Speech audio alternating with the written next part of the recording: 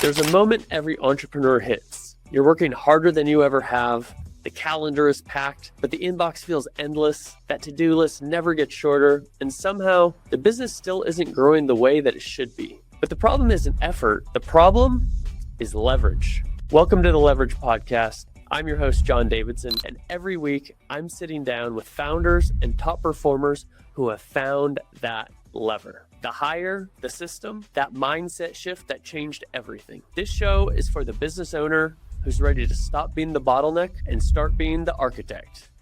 Let's get into it. Hello and welcome to another episode of the Leverage Podcast. I am excited today to be joined by Diana Bizdik.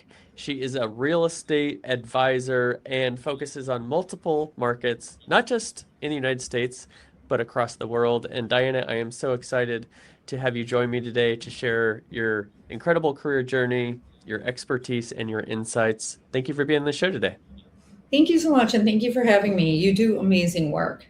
Well, thank you. I appreciate that very much. First, to start out, I talk to a lot of top agents across the country, but they're typically just focused on the United States, and they're typically focused on one market. But you uniquely, expertly serve multiple markets. Tell us, where are your focuses around the globe? So my focus is actually clients, like what needs they have. It's never been, I know that sometimes as realtors from the very get-go, we're taught to just basically like own a territory and get the zip code and lock it down. I've never been that agent. I've been told that I won't be successful from the very beginning because of the way that I handle my business. I'm an advisor because I intimately know my clients and I get to know them. I mean, like, for example, I'll know exactly what's going on in their marriage, what their financial goals are, who their financial wealth advisor is. I sit down with meetings with all of these individuals. I figure out like what's their strategies with their kids. I remember meeting an amazing like athlete and his family, and they were like looking at one of my listings. It was Hillside. And I got to know a little bit about their expanding family and the fact that the kids are pretty young. And so I just said, like, listen, with all due respect, I could have made double bubble. I was like, with all due respect, this house isn't for you. And they were just completely shocked. They're like, no, this is perfect. I'm like, no, if you have small kids and this is all a climbing hazard and that fall is about 200 feet. And God forbid if I ended up, and they're like, no, our kids are very well behaved. I'm like, that's fine. My mom might say that when I was near her too, but I also know what it's like to be a kid, if they're very well behaved, you don't know what their friends are going to do. And what happens when they're running around in all of these balusters? They're like the balconies have ballast, like horizontal lines. Those are all climbing hazards. And sometimes I think about things beforehand. If my clients, for example, like my clients pulled me to California. I have many clients that pulled me to California and I always said, no, I'm very happy. And then they're like, why don't you just try? So I did, and I became very successful at it. And then from there, I just became a problem solver. So it's not about, for me, it's never about where it is. It's what problem can I solve? And then they tell me like what their goals are, because I will have a network of individuals anywhere across the globe. I don't speak, like I know like very remedial French, but I ended up helping one of my clients purchase a property in the south of France. And that's all through my network. Like I have properties in Poland. I happen to be Polish. So whenever anyone wants to discuss price with me, and again, like the locals are like, oh, you're not from here, so like this is the price. I'm like, no. It's not the price. I don't need to sell. Like I could get anybody there. And it's funny because one of the other houses that I sold, most of the people were in the United States that I was marketing to. Yeah. So again, I'll always find a market. You give me a problem and I'll solve it. So that's my thing, because I'm not just a realtor. I advise my clients. I look at their goals. I want to know exactly what makes them tick, and give me that problem and I'll fix it, because I'm not leaving. I want to be invited to your dinner table. I want to meet your kids. I'm here for every single need that you have that goes way beyond real estate. Like I have had clients lose their jobs while we were searching or we were under contract on one of them. And they lost their job and we had to pull out of the contract. And I was like, you know what exactly do you do? Because I have a vague idea, Yeah. but you have to understand my network is probably 20,000 people. Wow. So Yeah. let me figure out, if you tell me what your dream job is, let me cross-reference with my clients and like my own database, and I'll like at least let me connect you, or go to my LinkedIn page if you see somebody of interest there, because I'm not very active on LinkedIn. I should be, I know, but let me solve that problem, because not only do they end up buying, but you also helped their family financially. Like, to Yeah. me, that means more than anything else. Like, when my clients make money, when my clients are less stressed out, I don't want my clients to know the 400 steps of a transaction. I want them to feel like they walked out and they're like, wow, that was actually pretty easy. So, Yeah. and that's how I end up with in like all different countries and stuff like that. So Yeah. I'm not licensed in Miami, but I also was helping sell a $10.5 million property on the Venetian Islands. Oh, wow. So, yeah. As one does, of course. Mm. Now, so clearly, that's a very unique approach, and I appreciate you sharing how your robust network really helps, benefit your clients in a variety of different ways beyond just real estate. Tell me, how did you go about building a network that really helps, benefit your business in all these different ways? So I think ever since I was a kid, I was a really good networker, because every test told me I should have been a therapist. So I Mm, really listen. And I have a very good like photographic memory, so I never forget. I may confuse a name, but I'll never forget the person, how mm, they made me feel at that instance. All of everybody to me is a little bit memorable, and I hope that I leave that lasting impression. So little by little, I built up a network.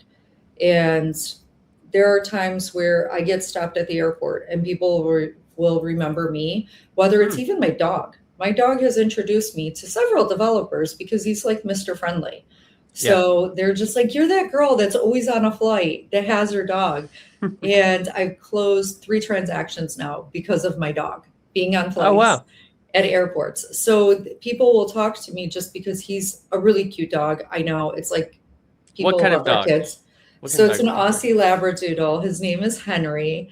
And yeah, he gets a ton of attention, but it's just honestly, every single time I meet somebody, plug it into my Rolodex, tag it also, like what was memorable about them. So that Mm, this way, if I forget their name, I have a tag. yeah. So slowly but surely, and I've been in the industry 20 years, I still talk to my college professors. Oh, wow. So I'm very good at communicating, but it's not in a way that I think is salesy, because I don't typically send out e-newsletters. I might do it twice a year. Hmm. Most agents do it every 2 weeks, every month. I'm horrible at it, but I'm very genuine when I see something of interest, like my clients that have newborn babies. In Chicago, there's a distributor that sells to Nordstrom and high-end stores, Hmm. and I get like, I think like 4 times a year they have a sale. Basically, like the jackets that sell for $400 for children, I pick them up for $15. So I text all of my clients and I'm like, hey, do you want to meet me down here? I'm picking up a whole bunch of stuff. I'm like, for my godkid, I don't have biological children. I have 2 stepkids, Hmm. but I have godchildren. I have friends. I have clients. Sometimes I'm like, just send me the sizes, because it's always Yeah. during the like work day. My coach that is on the East Coast, he was stunned because it was probably like $600 that I paid for the clothes. Hmm. And it was probably about $5,000 worth of clothes. So he thought he was going to get a box like this big. And he ended up with like 200 pieces in a Wow. massive box. He's like, what is this? He's like, my daughter never even had a purse before. I'm like, I think of everything. So Yeah. it's genuine. I'm not going to send you all these newsletters, but when I'm thinking about you, it is very genuine. When I'm in your neighborhood and I see a cool new restaurant, I'm like, hey, snap a picture. Did you guys go here? I'm thinking about trying it out. Do you want to join me?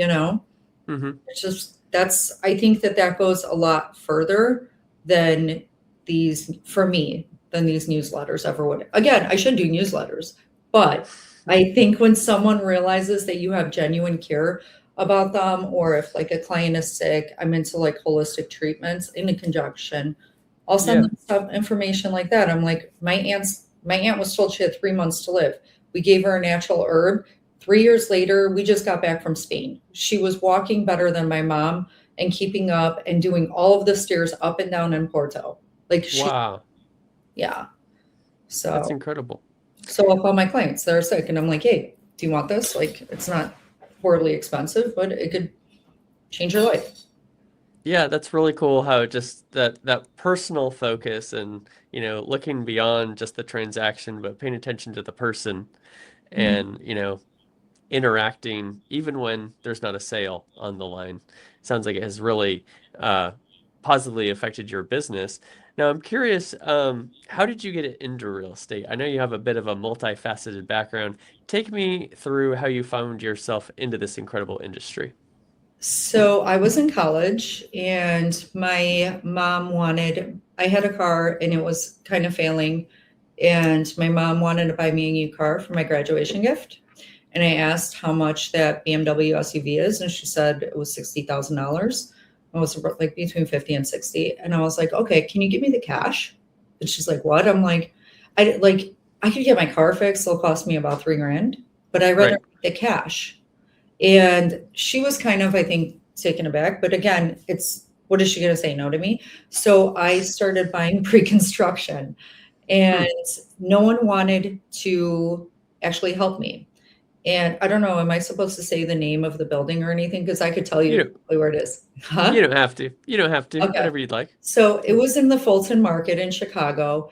I was not in real estate. I asked this sales, like the sales team, because it was new construction, so they're going to build it from the ground up. Because I I knew that I was going to graduate college and I'm going to have a job. I'm going into advertising, all of this stuff. I was pre-planning. It'll take 2 years to get the building ready. I should have an income by then and could afford a mortgage payment. Hmm. And the sales office shooed me out of the office at least 3 times. Huh. I got hung up on several times. We still had fax machines back in the day, and I had one because my mom had her own business. So I kept Hmm. refaxing. Can you please send me floor plans? Here's my phone number. Here's my email. Still got ignored because they clearly already knew who I was. And they looked at me like I was a kid. For reference, I was about 20, 21 years old. And they Yeah. looked kind of young as well. And then I sent 2 FedEx envelopes, prepaid, for these floor plans. Nothing. I got nothing. Wow. And I stormed in one day, very frustrated. And I was standing at the wall, and they're like, ma'am, if you don't have an appointment, you need to leave. And I was like, just give me a second. I just want to see the floor plans, you know? And so there was a guy standing there, and he's like, oh, so what do you think? And I'm like, I think the project's amazing. I think the whole sales staff needs to get fired. And he's like, oh, he's like, why do you say that? So I told him my experience. He's like, I'm the developer. And I'm like, hi, my name's Diana, Hmm. and I'm going to rape you on upgrades. And he's like, what? I'm like, oh, I'm buying a place. Once, if you could get somebody from your sales team to take my information and write up the contract, I am buying a place, but Yeah. you will be paying for it and all of the hell I went through. So my friend was a top agent in Arizona. She would just start her career and it took off like gangbusters. My cousins were getting the same experience when they were like calling around. Nobody really wanted to work with them because they were young kids. It wasn't as popular, I think, like 25 years ago to be buying properties so young. Hmm. But having ethnic parents, they don't believe in paying someone else's mortgage. They're like, listen, we'll help with a down payment, but you're not going to be going into an apartment. Right. So I started going to open houses. Sorry, I feel like I'm long winded. I started going to open You're fine. houses. I started like taking videos of everything and sending it over because they were in the suburbs. I already lived in the city. And I was kind of embarrassed to try to make money off of this because I worked at a car dealership in the office Hmm. and I saw how the sales staff manipulated and lied. And they would get me involved because I could speak more languages to translate. Right. Knew that those cars were breaking down. And so I would translate and tell them, listen, that engine's about to go, smile, nod. I'm like, tell them you're coming back. Don't come here because you will lose. Because this is their whole $3,000 is their whole life savings. Right. Like, people are cleaning people. If they don't have a car, they lose everything they have. They're not going to be Yeah. able to pay their like rents and stuff. And I was always taught, like my family taught us a very high moral compass. And my father was a little bit notable in the Polish community, and I never wanted to be associated with that, especially people are asking me my name. And Hmm. so they would always say thank you. They would tell them that they're coming back, and they never came back. I don't You're believe like the inside woman helping. You're like a superhero, a secret superhero. You're helping thank these you, people thank you. avoid being taken advantage of So in their that own language, no less. yeah, so then that I just had a very like ick from trying to be like I didn't want to be in sales. And I was in Yeah. marketing at the time. I worked at David James Group. It's a top B2B company. I was their second hire. I'm still friends with David of David James Group. He has since sold off the company. I still could get on the phone with executives because we all came up together and Hmm. worked together. And it was such an amazing experience working there because I got my foot in marketing. And then the guy I was dating at the time was like, my friend owns a mortgage company. Why don't you do this as our, like, as a side thing for our vacation fund? Well, my vacation fund ended up that I made twice my full-time salary in 6 months, working only part-time. And basically, like, the guy, like, kind of lived off of the fruits of my labor. Hmm. And my friend Maggie, that's in Arizona, she still does real estate to this day. She Yeah. put me into it. She's like, all of these people are asking for your help. So why aren't you getting paid? I'm like, I feel weird. And she's like, do you understand? No one's going to care as much as you do. So they're going to get screwed over by someone.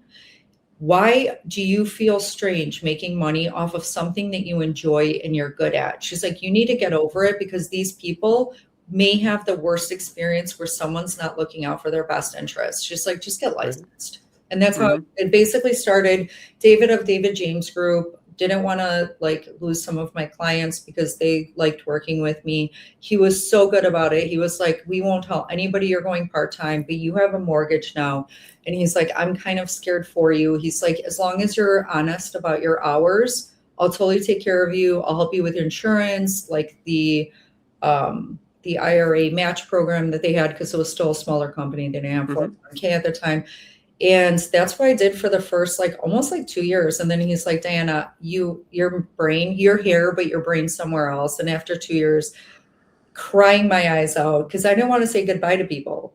And it, Yeah. like I was very good at real estate. I was very successful, but it just killed me to say goodbye to all of these people. And luckily, I've still talked to a lot of them. So Yeah. I'm very fortunate. It, like S- you couldn't have had a better experience. Yeah. So here you found something that you were naturally good at, but you didn't want to get into the sales side of things. How did you overcome that aspect? Was it a different perspective of sales and understanding you're really solving problems, or was it something else? It was basically that I was there to solve problems. It was never about the sale. Um, for me, I looked at things. I just actually had a buyer consult, and it was like a new family, and they kept telling me like where they want to be. I'm like, tell me a little bit more about yourself. What's going on in your life? Do you have any kids? They're like a newborn. I'm like, so you need a front foyer that. I'm assuming you guys are a no shoes household because everything gets stuck in your child's mouth because they're crawling. And they're Right. like, oh my God, you're the first person that has ever said that to me. They're like, we didn't even think about that. I'm like, you need a wide enough like entry or foyer. You can't like walk into a living room. I'm Yep. like, because that could affect your child's health. So Right. it was like, again, I'm just solving a problem and listening and picking up on things. And it makes me more, it gives me purpose. My Hmm. purpose in life has always been to help other people. So as long as I have a purpose, I'm good. Fantastic. Uh, Let me turn the lights back on here in the studio. Um, so next you got into investing in real estate. And so take me through that process of how you then got into investing in real estate yourself. So I found I had a listing and we were under contract at a much higher price. And basically, an exact same unit was I found off market. So I have access to a lot of off market listings before they ever hit the market, not through Compass because I wasn't with Compass yet, but it's through just my networks. And they were pricing it, let me think about this, about 20% less, 25.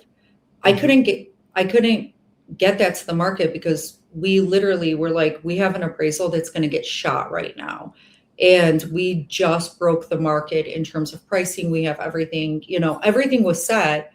We had the contract and everything that it would have blown up. And so one of like the owner of that place was like, why don't you just go into business with me? We'll turn it into an Airbnb. And had I have had more time to think things through versus like 2 days, I might have like scared myself off. And then from there, I've always had a good eye for like finding deals. So then I just never stopped finding deals and either aligning myself with a partner, investing myself, or basically just contacting investors too, and then just finding them deals. Today, I just found another place that's just came to market. It's totally undervalued. I gave him the pro forma on what we could do to it to increase the value. And he would probably be gaining about 25% in like, I don't know, 2 months. So we're taking a look at it. Fantastic. Well, I want to get a little bit more into your experience and insights here, but before we do that, let's listen to a short message from our sponsor, Sphere Rocket. Business owners and entrepreneurs will place a proven executive assistant VA for just $4 to $8 an hour, and if they don't perform, you don't pay. Imagine freeing up 20 plus hours a week by someone handling your most time-consuming tasks like admin work, managing emails, scheduling meetings, and so much more. This one hire could transform your productivity and give you back the time you need to focus on growing your business. At Sphere Rocket VA, we make this possible in as little as 7 days. We'll place a proven executive assistant VA in your business for just $4 to $8 an hour, and your VA will take over day-to-day administrative tasks, help manage your email and calendar, follow up with past clients, giving you back 20 plus hours a week so you can increase your sales and even enjoy more personal time. And here's the best part. If they don't give you back 20 plus hours a week in the first month, you don't pay Sphere Rocket a dime. We've done this for thousands of business owners, and now it's your turn to see the results. Click the link around this video to schedule a demo and discover how this one hire can completely change how you run your business. Remember, if within 45 days the VA doesn't perform, you don't pay. All right, we are here with Diana Bizdik, and she is sharing all of her experience on how she has built an incredible network, which has really helped in building an incredible real estate business as an advisor, and also helps clients with investments as well. Diana, I'm curious, we're just talking about helping the clients that you advise with investments.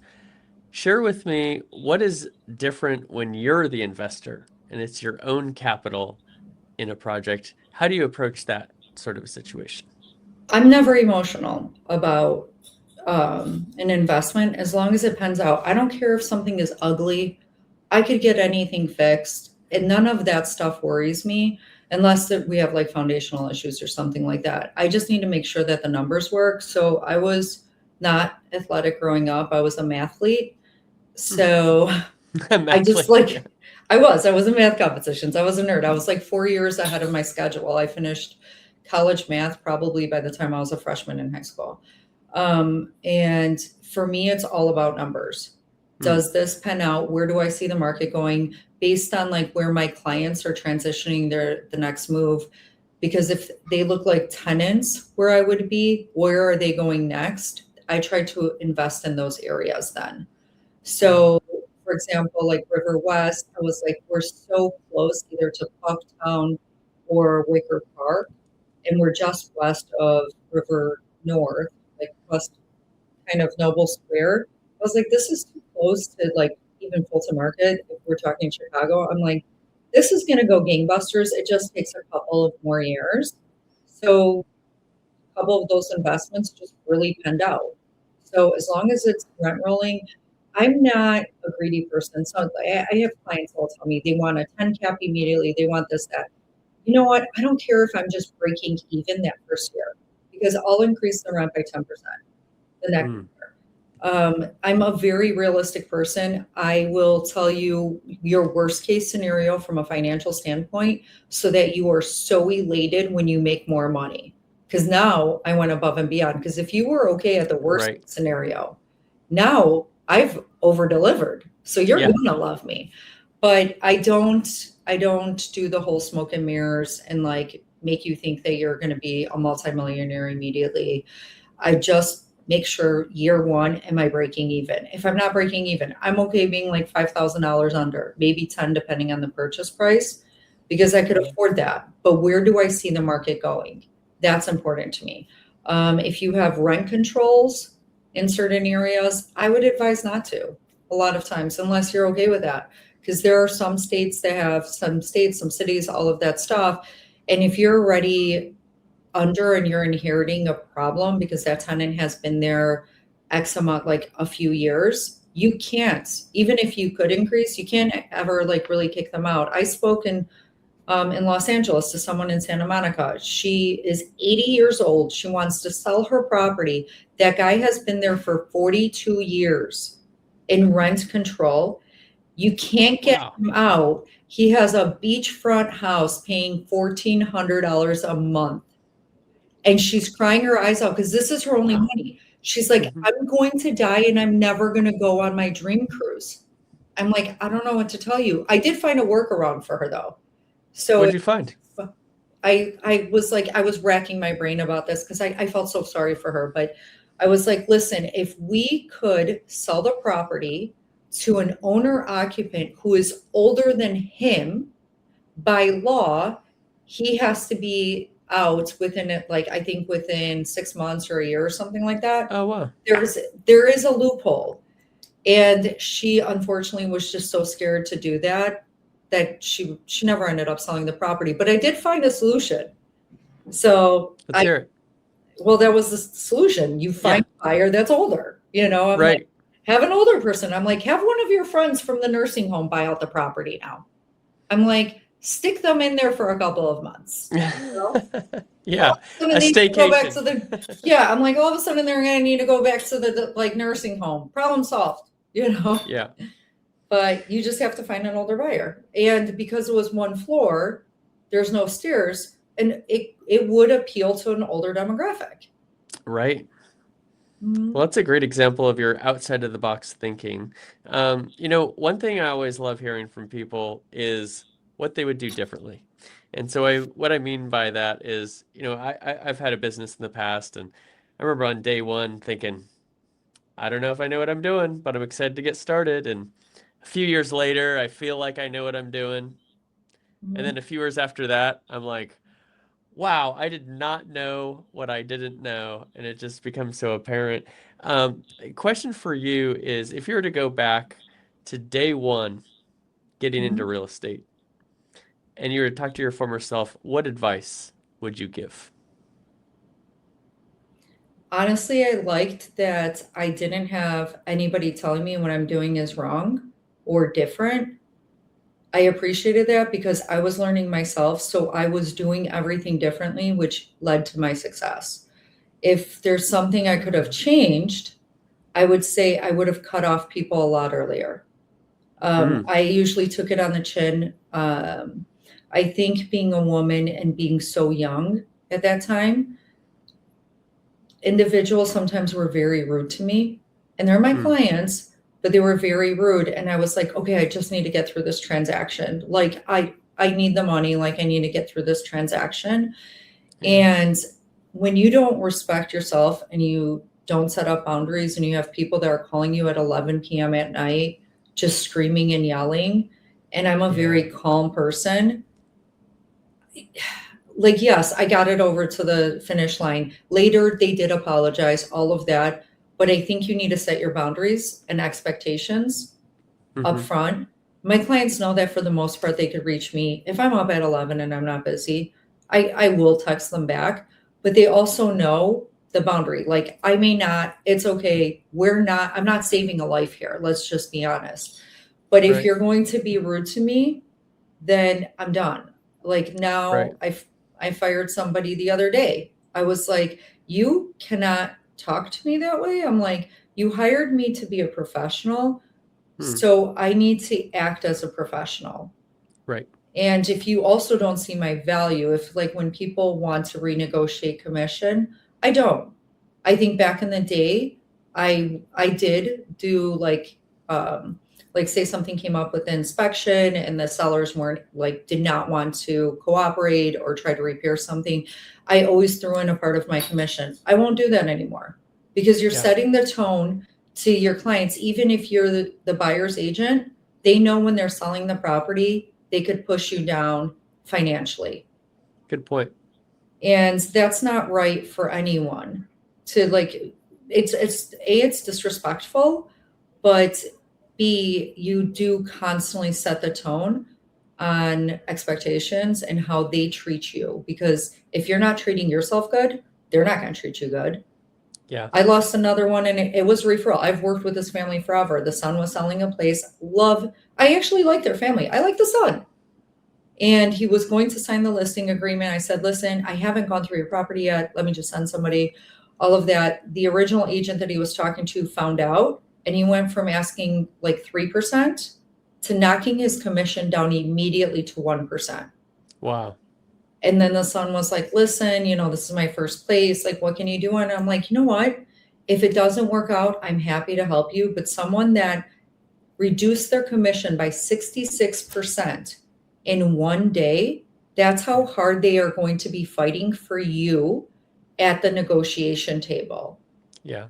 I'm like, you don't want someone that can't even validify themselves to validify the price of your home. And Right. FYI, they're pricing it completely wrong. And I'm like, not my problem. Yeah. Well, I'm curious of another aspect of your background. Obviously, you have a very international background. You speak multiple languages. How has experiencing so many different cultures really had a positive impact in the way that you're able to serve your clients? I think, this goes well beyond real estate. I think a lot of cultures are very similar to my own, which Mhm. is Polish. I have clients from Iran. I have clients that of all different religions, whether it be Jewish, Catholic, Muslim, it doesn't matter, like Buddhist. It's more like the family dynamic. Families are more together, and I understand that dynamic. So Mhm. in certain cultures, I do understand that men don't also like to speak to women. And I'm totally okay with that. And Right. I just talked to their wife and I'm like, it's totally fine. But I think that I get along with more international individuals. Most of Mhm. my business, I would say 3/4 of my business is actually first generation or immigrants. I Yeah. think that they feel a calmness that they don't have to explain themselves or their interactions or anything like that. They feel that's what I've been told is that they're like, "Oh my God, you're like one of us brown people." I'm like, I understand what you guys are talking about. It's very similar. I think at the core, a Right. lot of humans are very similar, but I seem to get along best in that way. So, Yeah. yeah. And it really seems that you're able to develop such a close rapport with so many people. It's one thing to have a big network, it's another to really build that trust, with the individual. For those listening who are thinking, boy, I really wish that I could develop that rapport with people and I want to generate that trust with my clients. How have you been able to do that effectively over the years? It's genuine.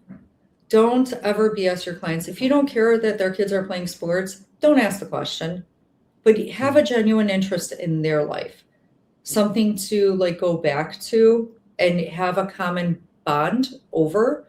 I would say yeah, you could always find a commonality between you and your clients. Whatever ethnicity, race, age, gender, whatever, there's always going to be something that's common and talk about that.